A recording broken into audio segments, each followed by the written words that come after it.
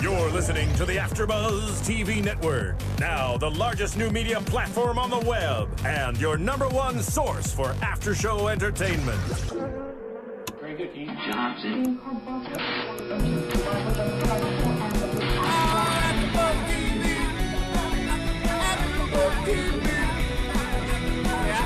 From the AFTERBUZZ Studios in Los Angeles, California, and streaming live on Ustream, this is AFTERBUZZ TV for Dexter. We'll break down tonight's episode and get you all the latest Dexter news and gossip. If you'd like to buzz in on tonight's show, you can buzz us at 424-256-1729. That's 424-256-1729. And now, picking up where the show leaves off and the buzz continues, it's AFTERBUZZ TV for Dexter. It is AFTERBUZZ TV for Dexter. I'm Steve Bottomley, and I am here with Kristen Snyder, the beautiful Kristen Snyder. Hello. It's just us two tonight, so between the two of us, there's one smart person in the room. Thank God she's here. A voice from the couch. You're not mic'd, so wow, what an interesting episode. I cannot believe what the writers are doing here. Where they're going with this. Where they're going with this. This is insane. But it's fascinating that they decide to take him into this area and you know just throw all this stuff at him. And the show, it's turning into questioning the audience to look at their own religion. Really, it really is, don't you think? I mean, the way Brother Sam was talking, I really do believe that they want the audience to reflect on their lives. I mean, the questions they were asking: why do people believe in religion? Oh, it's human nature. You got to believe in something. Where is this coming from? It's really, really well done. The episode was called "Horse of a Different Color," and we got to find out what that was about pretty early on because. Bunch of horses with body parts stitched to mannequins came for a visit. The four riders of the apocalypse, the white, the red, the black, and the pale, which mean in the biblical references conquest, war, famine, and death. And the four horsemen of the apocalypse, they actually are seen as foreshadowing the last judgment, which is the end of the world. So okay. I think all these messages that are being sent out there is obviously the end of the world is coming. Here's another scene for you. And we don't know if that's the case, but it's certainly the belief of a couple of crazies in that show. So here's what I kept looking at while we were having this episode. The relationship that Dexter has with Brother Sam.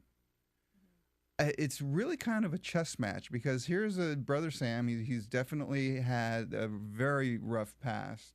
He talks about what his father did, uses him to gain access. Yeah, evidently his dad was essentially a hitman, and found religion in prison, and has kept it close. But there's still a history. But Dexter's not buying the religious so much, and he still thinks Brother Sam isn't on the up and up. One of the first things he says, he makes a comment about it's written all over his face early on about his, his belief. And Dexter's very good at reading people. And I'm thinking that's not all Dexter's seeing on this guy's face. I think he's seeing something underneath, and he's not buying the whole religious thing. Don't you think?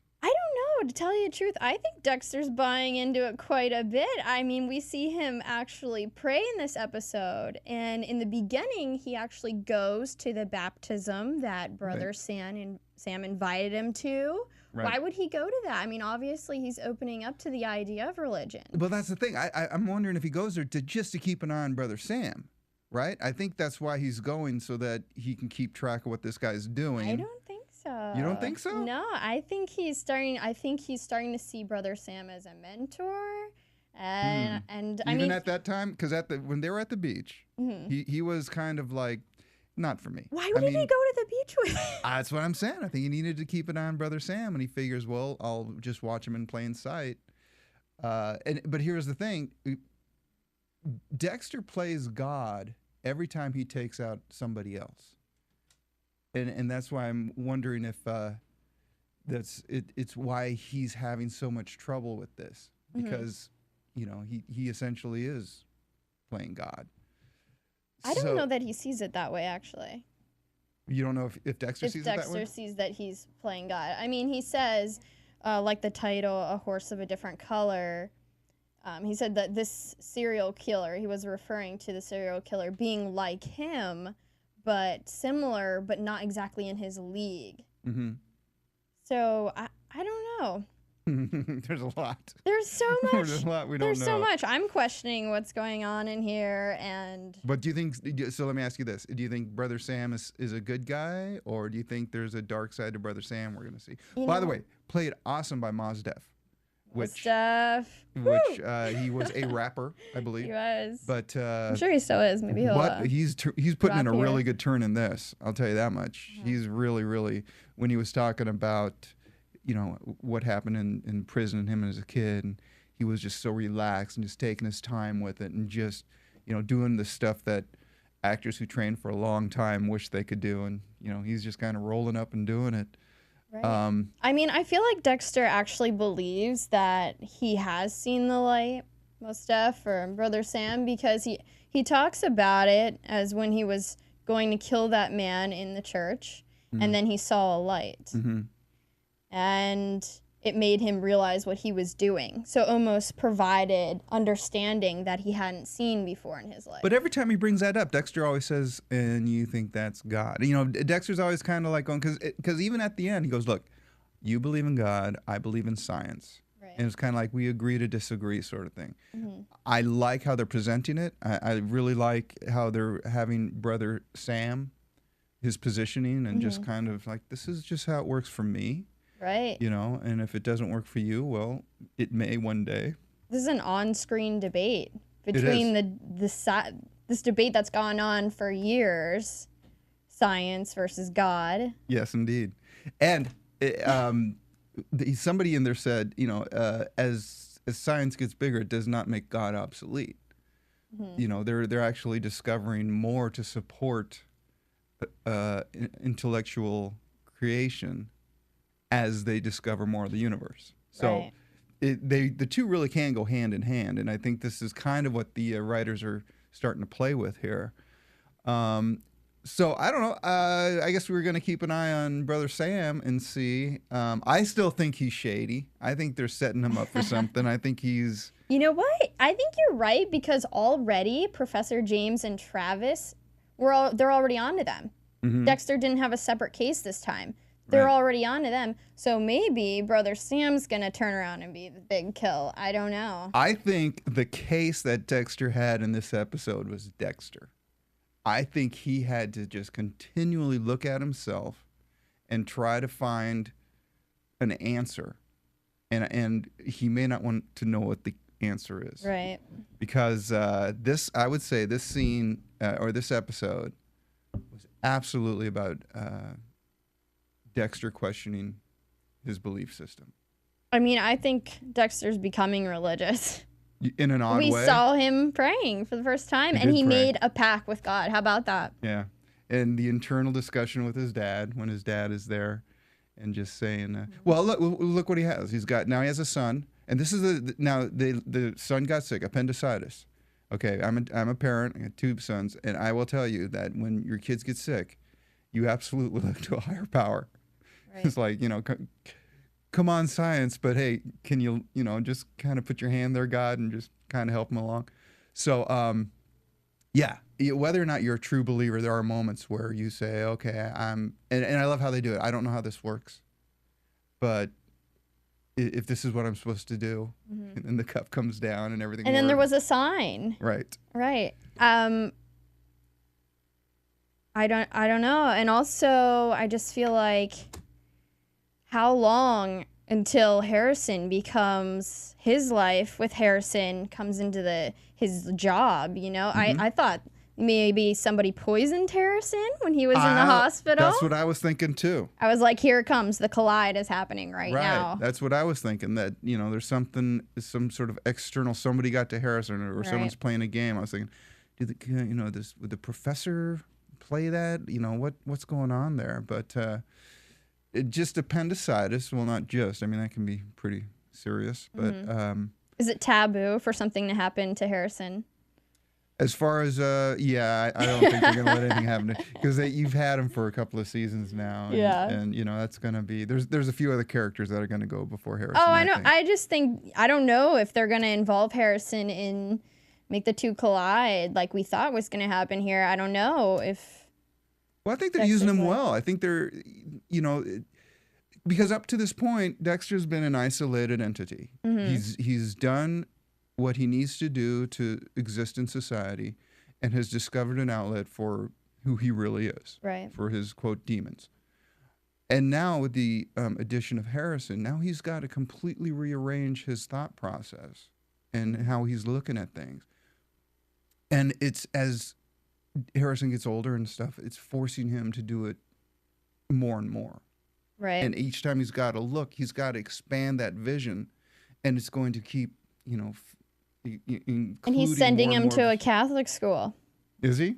He is. Yeah. Okay. In the, I believe, first or second episode, it was a suggestion from Bautista. Really? To send him to Catholic. I mean, it seems out of nowhere. I mean, I guess when you have a kid, those are things you consider, like you were saying. And what makes it good is that they keep throwing this stuff at him. You know, you always pin your character down and throw as much stuff at him as you possibly can. But it's really fascinating that he's got to make some decisions on where his belief system lies, because the reason it's worked for him is because like I said, he's been a single entity, and he's just doing what, in a sense, he can say, well, I'm being the person God made me. You know, I find people who need to be taken out and I take them out. Excuse me. But I think the reason why that works for him is because he's not really on, you know, the God train. Right. Right? This is just how I am. Scientifically, this is how I'm just wired. If he has to let that in even a little bit, now he's got to really take a look at, is what I'm doing right? He's got to put that moral overlay on everything. Once you put the moral overlay on everything, that's going to be a lot of questions that you're going to have to really start questioning. So, and I feel like there's a lot of talking going on this episode. There was so many questions, so much talking, not a whole lot of action. Like I said, Dexter didn't have his own case. It was all around the religious themed killer. I mean, they really wanted us. They had a lot to say. You know, it was interesting. There was not a lot of direct interaction with, I mean, there's a few crime scenes, but they were kind of grand. And just the one at the end, really. Yeah, that was very elaborate. The one at the very end. We got to see Dexter in the morgue, putting everything back together and having the internal conversation with the dad, which I think is great. You know, I mean, they use voiceover, but they also have that internal discussion with the dad, which I think that's a great technique to find out. It's basically his thought process. Right. And, you know, dad just kind of helping him along. I mean, and that really helps us get into Dexter's mind. As a serial killer, we can step in the mind of a serial killer and see what he's really thinking. Right. A sane serial killer. A normal. Right. A productive citizen serial killer. Yeah, he's a horse of a different color. Yeah, he is. Absolutely. So, I guess we should go into the religious theme now, and that kill. Sure. What do you got? What do you think? Can you hear me all right? I can. Can you hear me? All right. Yes. I feel like my microphone's not very loud. Jesse? No. I think we're good. We're good. No, you got a big thumbs up from Jesse in the booth, so you're good. All right, so going into the religious theme here, Alpha Omega, that symbol, has been everywhere. Yeah. And Alpha is, of course, the first letter in the alphabet, Omega, the last. Okay. So this is saying Alpha Omega stands for I am the Alpha Omega, the first and the last, because the first letter and the last letter of the Greek alphabet. And I think it also means God is the beginning and the end. Okay. So he's putting that on everything, the killer. Because of the end of times. Mm-hmm. But that's his signature now for the kill. He sewed it into the first guy with the snakes. So Professor James is saying, I am everything? You think Professor James is saying, I don't think so. I really think that he thinks he's an instrument of God's peace. And I think that he thinks that he just needs to tell all this to everyone. I think in a very grandiose way. In a very grand way. Yeah. Yes. Well, he's doing that. But he's stepping in and actually becoming God because he is not. He thinks, in his mind that he's doing this for God, but wouldn't God be doing this if this is what was supposed to happen? Well, accordingly, it's written in Revelations. Now, whether or not he's getting those scripts right, I don't think he is. I don't think he is either. I think he's promoted himself to take the lead on this. I'm always curious when I watch these shows if it's more fascinating just to see the end result or to, have see the process. It's like the Columbo thing. You always saw the crime happen in the beginning, and then you got to watch Columbo figure it out. Right. I'm always just curious to know if you didn't know what was going on with Professor James and Travis, and you only saw the end results of these crimes, if that would be more intriguing. I think it really would. A little bit, huh? Yeah, I agree. I wish we didn't see Travis and the Professor Gellar yet. Although there was that moment where Travis wanted to be a little bit human, wanted to just have a relationship, and the Professor went all Catholic made him school pay. on him. He said, "You can do whatever you want, but be prepared." He would make a really good Jewish mother. Do what you want. Don't mind me, but remember, there's consequences. There are. Now, I'm not a Revelations expert, but I do want to talk about the symbolism a little bit here. We talked about the Alpha Omega symbol, but I also wanted to talk about the snakes from the last episode. Now, snakes are seen, they still aren't quite sure. They said that the 7 snakes was because the serpent, in the Bible, it says the serpent rose out of the sea with 7 heads. With 7 heads, yeah. But why is it that snakes are seen as evil? I don't know. Well, I think it has to do with the tongue. I've heard about this before. It's their forked tongue. Humans have one end of their tongue. Right, yes. I had to point it out. Yeah, thank you. And the snake has a forked tongue. Right. And the one end means unity of truth when we speak, but the 2 means disunity of speech or deceitfulness of the forked tongue that the snake has. So that's why the snakes are seen as evil. And then we see locusts, a swarm of them in this episode. And I know there used to be plagues of them in Egypt or something like that. Yes. So they just keep on setting up these scenes with all the symbolism from the book of Revelations. They are definitely going heavy on the Revelations. I mean, they're teaching us. Do you think people are Googling these symbols to find out what they mean? I'll bet they are now to see if you're right. Oh, wow. Like, well, really? Thank you, Mom, for making me go to Catholic school and CCD. I'm glad there's one smart person here. Not smart. God. Maybe a little religious over here. Well, this is perfect. I'm really into this season. I don't think a whole lot of other people are, maybe, but I personally, I really like that they're doing this to our generation. What did you think about the angel at the end in that last kill scene? I mean, was there a lot of symbolism there that you saw, or like the locusts, the plague, and this is all scenes from the book of Revelation. So I guess if we want to see what Travis and the professor are up to, we can go back to Revelations and we can probably look for the scenes that are set up. I mean, the 4 horsemen and now the angel. And what about them triggering her death? Putting that in their hands, putting blood in the police department's hands. Yeah, they had He didn't kill her. No, he didn't. Not technically. No. He was pretty instrumental in it. And we've only seen 2 horses. Now, are there going to be a couple other horses coming up? I saw the other horses. There were 4 horses There were. Oh, okay. Yeah, it was sort of, they were all together, but there was a white, a red, a black, and a pale. And I think that's probably the last we've seen of them. Okay, I missed it. Sorry. But they did we talk about them standing for war, famine, death, and conquest? Yeah, you brought that up. I mean, and that there was only one body, just different parts sewn on. Yeah, and now the girl, I mean, I think the professor definitely had it in his mind to let Travis go and do this. You think she'll die? Oh, she did die. She did die. Yeah, I'm sorry. Yeah, he took that from her. I mean, Travis, I think, is looking for a father, obviously, because he talked about losing his parents when he was 14. And Gellar, professor, he doesn't want him to have any other love in his life. So do you think Gellar is going to do something with Travis's sister? I don't know if Travis is going to well, that's kind of predictions. I don't know if we're allowed. Kinda. I'm not predicting. I'm just asking. No, I know. And I'm not. Well, okay. Well, here's what I think. I think Travis, well, obviously sees the doctor, the professor as a father. Mm-hmm. But he also wants a normal life, like Dexter. Dexter, at the end of the day, just wants a normal life. Right.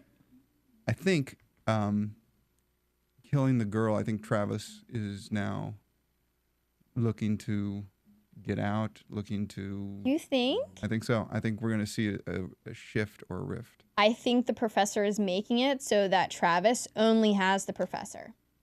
And he doesn't have anything else because the professor will take it out. I mean, I feel like Travis almost at this point has to feel threatened that if he does try to leave or get involved with anybody else, I mean, it's going to be doomsday for them too. He did have that look of bliss at the end.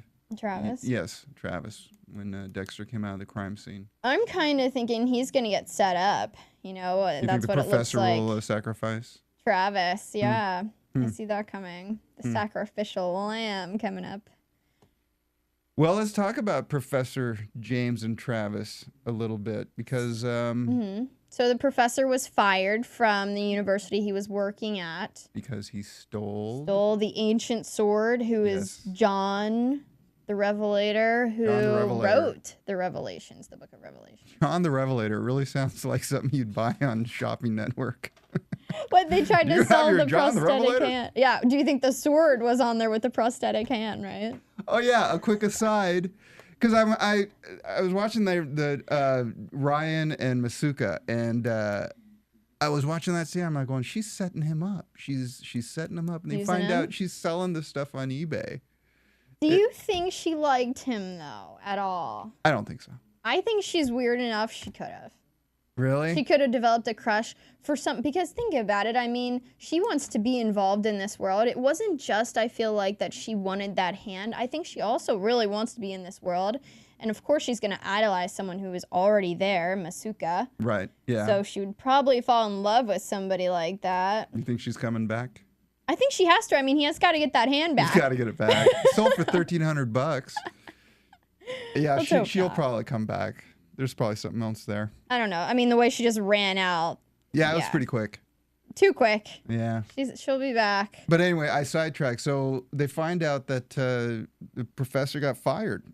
Mm-hmm. So they know who he is. You know what was interesting, too, is they said Jeremiah Allen. They said his name a few times. They talked to some priest named Jeremiah Allen. They had a separate scene about him being there. Bautista and Quinn went to see him. Exactly. We never saw him. Never saw him. But then they bring up the name again with Deb.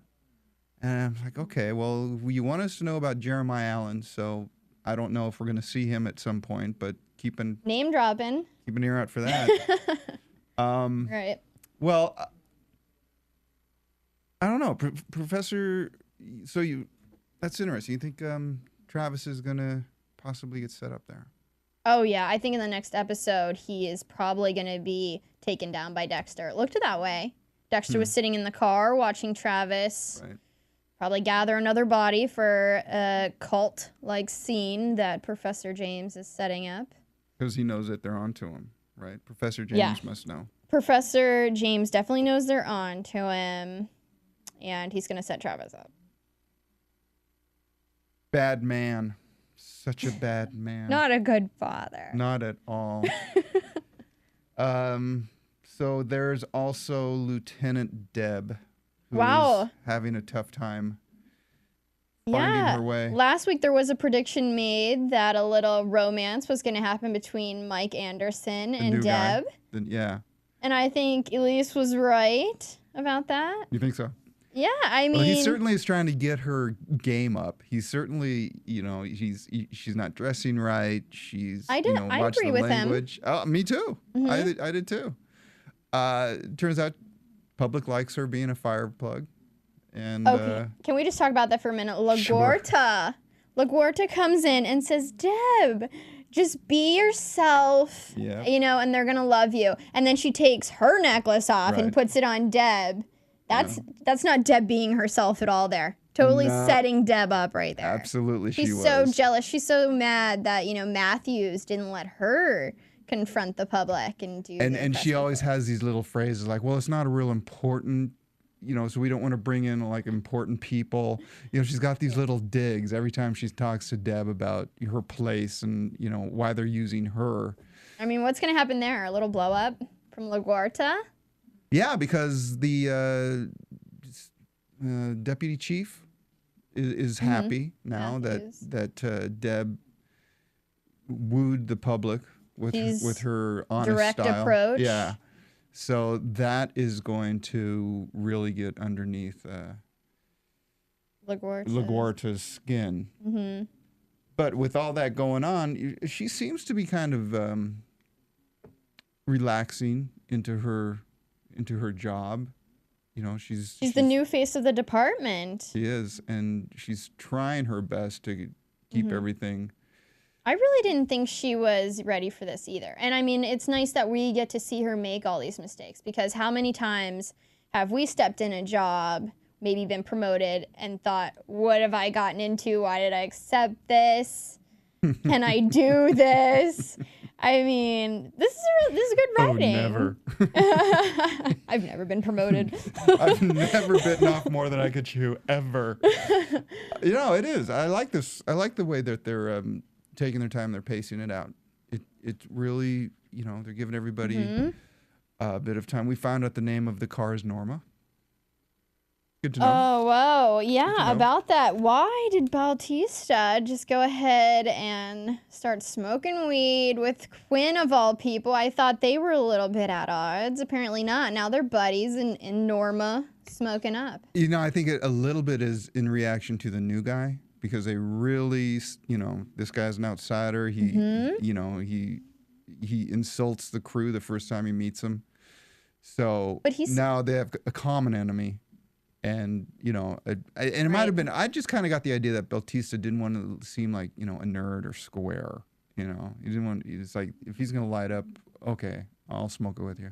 I mean, I think you definitely have a good point there, Steve, with them becoming a team because they feel threatened by Mike Anderson, who is on his point. I mean, he's a great detective. He is. And he's a no nonsense, which is why she wanted to bring him in. Mm-hmm. I like him.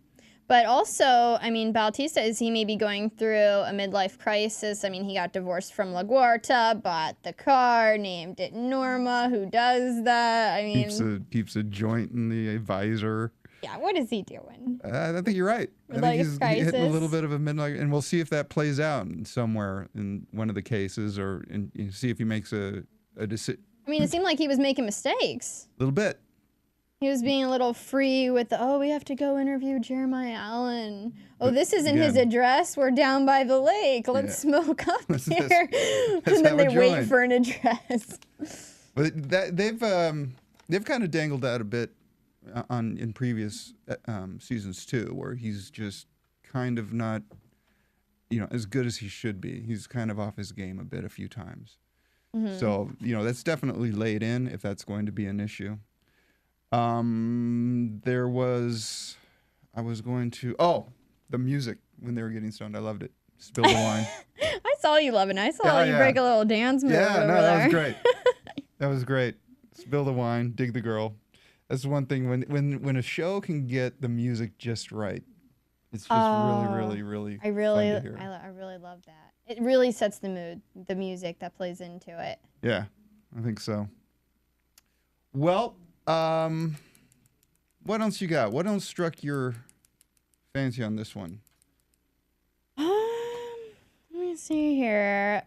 You know, I'm really into the graphics, unfortunately. I mean, we were talking about the angel in the end. Yeah. And then you were asking me about the Headless Horseman. Was that the jogger's head on there? I mean, they're getting really graphic with this. I mean, how old do you have to be to watch this show? Well, it's rated M, so For mature. Yeah. So I mean, it is getting deep. Yeah, when the girl dropped and the effects and everything, I couldn't believe they showed that. Yeah, me too. When did they ever show a live kill like that in front of the police department? I can't remember. I can't remember seeing it like that. I mean, they've shown. Yeah, exactly. Not in front of the police and have them actually be a cause of it. The only thing that I noticed was there wasn't. I was expecting more of a mad scramble. You know, even though she's essentially bleeding out, I would still think somebody would like try to hold her up, something. You know, but they kind of went. She's gone. Deb tried to, and Dexter was like, "Jugular's punched." Yeah, she's No gone. use. He knows. He's the expert. Yeah. Deb, of course, trusts her brother. Yeah. But I mean, what next, like, cultic practices can we look forward to? Like I said, I guess we can go look in the Book of Revelations and see, you know, the different scenes in there that we might see on here. I have a feeling they'll probably be bringing them all to us. Yeah, you're right. And you know bit. what? Dexter even admitted to start reading the Bible. He did, didn't he? For work. Yeah, For work, he has to start work. reading the Bible. And So is he then going to read the Bible to Harrison? I For don't. work? For work. He did say, "Thank God." I thank you, Doctor, which I thought was pretty good. Mm-hmm. So again, there is that little. There's that. It's starting to shade, and he's becoming more and more aware of it. And then Brother Sam just kind of went, "Thank God, thank the Doctor." Oh, it's just a saying. Just a saying, no big deal. Just an expression. But yeah, and I really do think that viewers are going to be picking up Bibles after that. I mean, true Dexter fans, if To see you where it's love a going? show so much, See where it's if there going. was a book that they were talking about, I really think people would go out and read the book. If they were talking about some book in a case, if you were a true Dexter fan. I mean, Dexter fans are crazy. And this is why I'm a little bit confused about the brother Sam. Going back to that just for a second. Okay. Because they're really using his faith and his belief in a sensible, proactive way, as opposed to Professor James and Travis, which they're using their faith in a completely crazy way. Right. That's a good point, Steve. So if that's the case, it's going to be kind of interesting to see Brother James actually be a bad guy. But they keep laying that in. They laid it in the beginning Brother of this Sam. episode. Brother Sam, to have him be a bad guy. Because he seems very sensible, and he actually seems to be, you know, A mentor for a mentor Dexter. for kids. Yeah, and for the people that work around him. You know what I mean? So it's going to be kind of odd to suddenly have him, no, I'm a killer. I think if he goes back to being bad, I think it's definitely going to be out of force. Like, he has to do it in order to maybe save somebody else. But then why would Dexter have his eye on him? Because, again, you always go back to if Dexter's looking at somebody. That's the way you see it. I see it as Dexter is looking for, he needs someone to help him be a father for Harrison. And you know what? Brother Sam came to the hospital, you know, and he's there. He calls Dexter. I mean, Dexter's car is getting You think that maybe messed because up. Dexter has no concept of his soul or religious beliefs, that he may be thinking of using Brother Sam to fill that void as kind of like, I can't teach you, but I'm sure he could. Deb, whenever Brother Sam gets to the hospital, Deb looks at Dexter and says, "Oh, what? Are you guys friends now? You're hanging out a lot." And they're kind of both like, "Oh, well, my car needed to go in the shop. Oh, his car. Oh, yeah, they're friends." Now, how did they? And again, I'm a little bit behind, but how did those two initially meet? Was it? Well, Brother Sam, they brought him in. The police department brought Brother Sam in to talk about an old case. And Dexter saw him and thought he might be the one who is doing the killings for the religious overall kill, which is actually Professor James and Travis, but he thought that might be Sam. I mean, you're right. He was looking at Sam. He followed him in like the second episode, and he thought he killed Nick, the guy that we saw baptized in this episode, but he actually went to get him, bring him to work, and say, get your act together. Oh.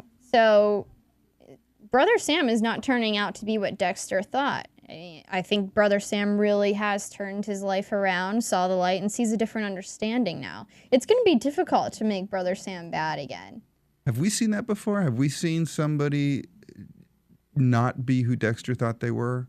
That's always been kind of the thing. Like, if you get into Dexter's crosshairs, you're probably going to go down because he can read people. He's got that sixth sense about things. Well, his brother, and then even the last episode, the Tooth Fairy, he thought that was like his idol, and turned out to not be who he thought exactly. Right, but every time, if you're in, like I said, if he's got his eyes on you, as far as the structure and the plot and everything, generally you're not going to end well with him. But this seems like this is one of the first times unless I'm wrong, somebody please let me know. It does seem like that. Where he completely and I think he's not letting go of that yet. And maybe that's what we were seeing tonight, that gradual, maybe I need to, because he's always got to look out to Harrison now. So. I mean, what about Jamie, Bautista's niece, watching after Harrison? I'm not quite sure what she's doing in there yet, but. They do make sure that she's on. She's almost like a little mother figure there. She told Dexter to go to the scene, go to work. I'll call you if anything happens. Right. Yeah. I don't know what they're setting up there. I don't know, but that stuck out for me too. Like, because anytime you have a specific scene about something and they're very sure that the dialogue is specifics, okay, got to pay attention to that. Something's happening. Not sure what it is. Did you get the 1242, 1237 at all? Right. Yeah. So, I mean, it's definitely got to be a year, that he's counting up to. They said, the first one was 1237 that they found in the intestines of the guy who had the snakes. And that was 1237. And then the Four Horsemen guy, he was 1242. And they decided what the numbers meant it was 5 days apart, was days counting up from the murders. But you think they're years? I think it's years. I mean, he started at 1237, and like I said, I gotta go back and read my Bible and brush up here for my after show discussion. Yes. But I do think it's a year. And it's counting up to Doomsday. And now they've been classified as the Doomsday Killer. 1230, and then they found the. All right, question, guys. Sure. 1237, and what was the other one? 1242. That's 5. That is from Exodus.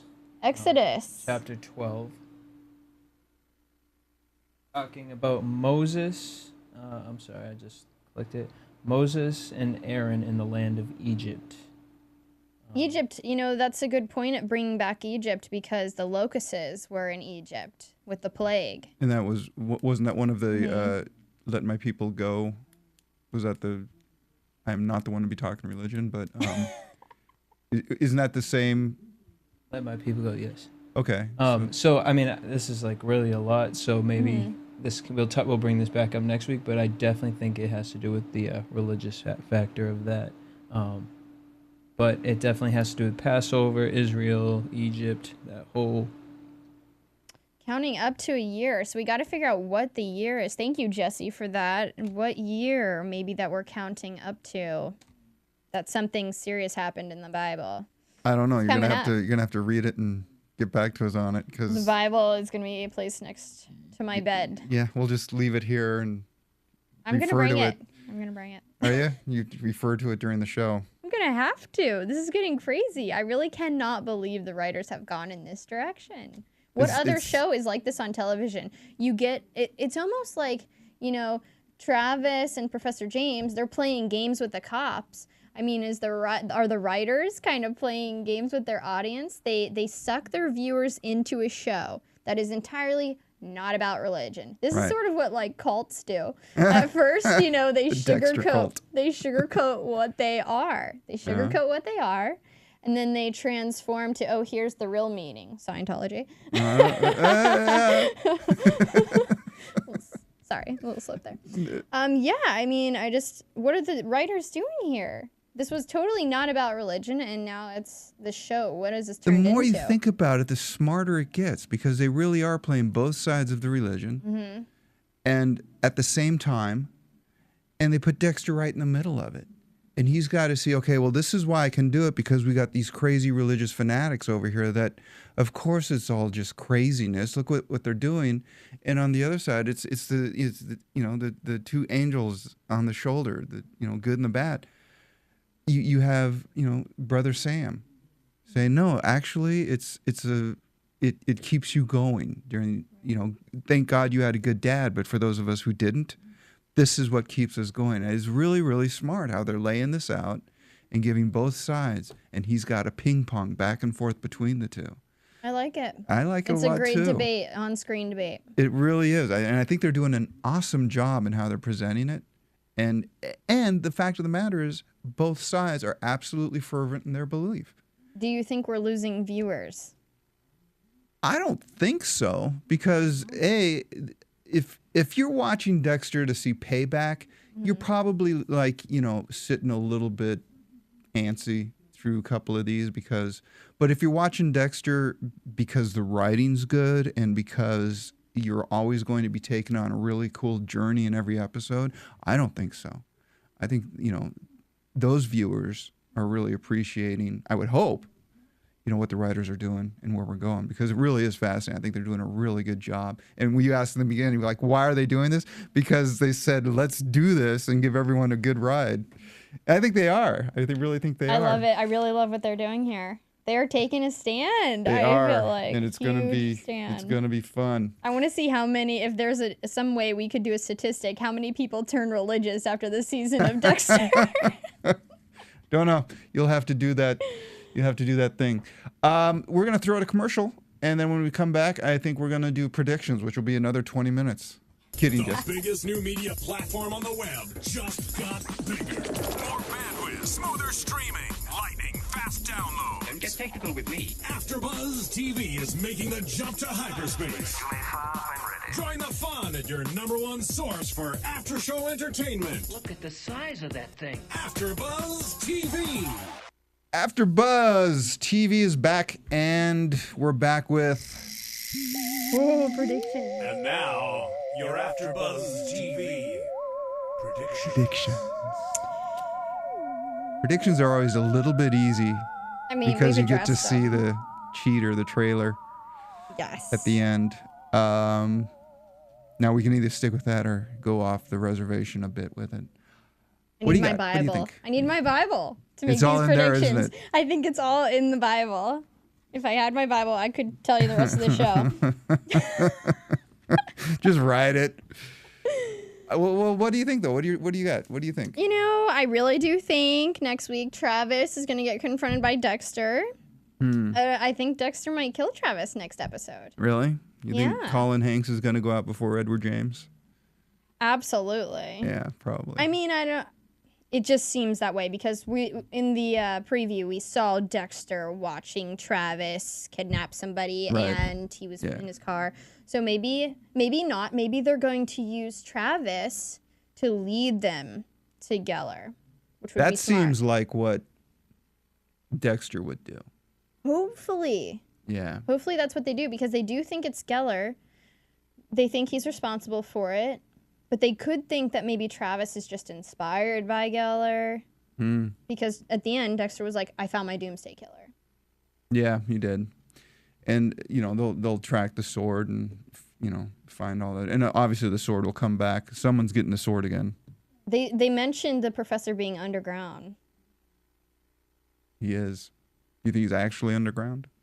He is. I don't know. I remember there being windows. There were. And then there was a horse in there, so. What do you think, Mike, the new guy? You think he's memory. Oh, Mike Anderson? Mike Anderson. You think You got a prediction on him? I don't know. I can't tell if they're setting him up to, like, you know, To replace fail? when they knock Quinn off, or is, you know, I mean, I definitely think Quinn's still going. I think so? Quinn's still gonna die. how many episodes before you think Quinn gets it? Hopefully soon. I'm getting annoyed with Quinn. I mean, we don't really need him anymore. We really don't. Yeah, I don't really see what he's doing. And they've made the viewers like him and not like him now. I don't think anyone likes him the way he treated Deb after they broke up and then went and slept with all those women and got dropped off by women right in front of Deb. It's just, they're making us be okay with his death, I feel like. Are they? They're setting it up? You don't like this guy anyway. So you think Okay that we're going to kill him. Mike Anderson will replace him? Yeah, I mean, I think Mike's doing great, but do you think he's going to be set up for failure? I mean, he's just been on cue, perfect with everything. Well, he's he is a doing. different character. You know, Quinn and Batista, especially now that they got stoned, are really kind of the same guys, you know, and they're kind of buddy-buddy, which, again, a little bit out of the blue. But, you know, this is a guy that's by the book, you know, really about let's be professional. And he had a really rocky start with Deb. I would like to see them play that beat a little more. You know, I would still like to see that friction because I thought that was fun. I think he's going to get on her nerves because he told her she was dressed for a hoedown. Yeah. Okay, made her look at herself, self-reflection. And also interrupted when she was chowing down on the Thin Mints. Yeah. So you can't do that. I know Eating that. chocolate. If someone's going on a comfort binge, you better not interrupt them. So there you go. That's our predictions, whatever they are. I predict next week will be just as amazing.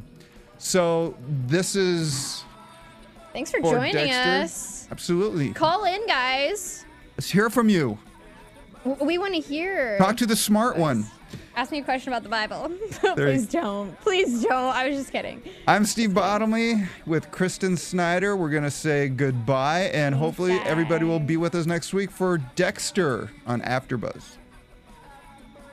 From producers Kevin Undergaro and Phil Svitek, engineer DJ Jesse Janity, and the entire AfterBuzz TV staff, we would like to thank you for listening to the AfterBuzz TV network. If you have questions or comments, be sure to buzz us at info@AfterBuzzTV.com. And you can find us on Facebook or follow us on Twitter by searching for AfterBuzz TV. Buzz you later.